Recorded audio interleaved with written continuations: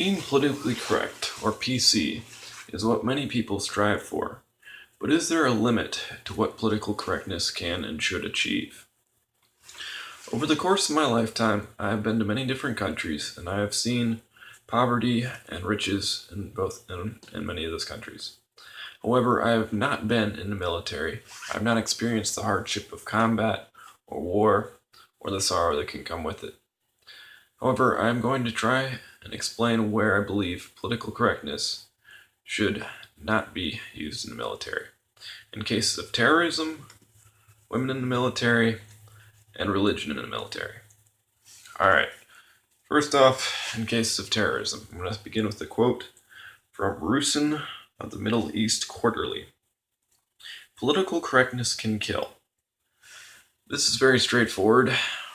What he means by it, though, is that many of our platoons and divisions overseas are told not to be on full alert at all times and not to look wary, so as not to disturb our allies over there, so as not to offend them. However, because of this, many of our military members have been caught off guard and attacked before because of their attempts at not disturbing the peace. According to Vigo from the U.S. Naval Institute of Proceedings, to thrive and prosper, any institution or organization needs a healthy dose of open and sometimes even brutally frank criticism. Meaning that we should criticize even when our military makes mistakes and even when other countries make mistakes. We cannot hide behind political correctness and not stand up for what errors other people make or we make on a regular basis. Alright, moving on to women in the military. Women in the military can be very powerful and very helpful. I believe in equal opportunity. I believe that if they can make it through the basic training required for every man, then they should be able to do the same thing that those men can do. However, many women cannot make it through the basic training required for combat. However, according to Drazen Yoshi, I'm sorry for pronunciation errors, of the National Journal, female pilots fly helicopters into active battles, serve alongside combat units to help defuse bombs, and work as intelligence analysts and linguists. These are all very important jobs, and they're all done by women. And there's nothing wrong with that. However, something is wrong, as shown by Murray Williams from the Hoover Institution.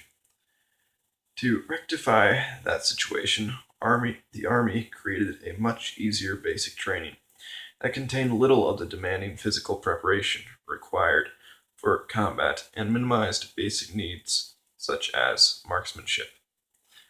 To rectify the situation, what he means by that is that many of the women were not making it through the basic training requirements for combat. So they dropped the requirement level. This means that many men who were not prepared either were making it through. And some of the things such as he said that marksmanship, if you drop marksmanship, you're going to have weaker soldiers, and both physically and with their mental acuity and aim. It's letting through weaker soldiers that are going to lose in combat. And this is a horrible situation to have for our men and women overseas. Alright, finally, we get to my last subject of religion. And I'd like to start off with a quote from Gary Bauer from USA Today.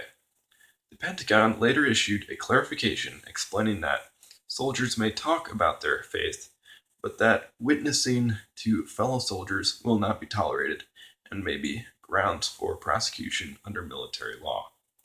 This means that Christian soldiers and other religions, not just Christians, such as Hindu or even Muslim, are not allowed to try to convert people in the military. I can understand if their attempts at conversion or attempts at simply spreading the gospel or Quran or Hinduism, I'm not sure exactly what they worship, if those were disturbing the peace somehow or causing a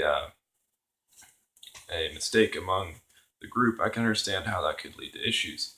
However, much of these concerns from politically correct people have caused chaplains to not be allowed to even preach what they believe to people that believe the same thing, because people are afraid, politicians mostly, are afraid that it could offend someone in the military. This has caused many chaplains to just leave the military, and it is increasing concern, not just for Christians, but others as well.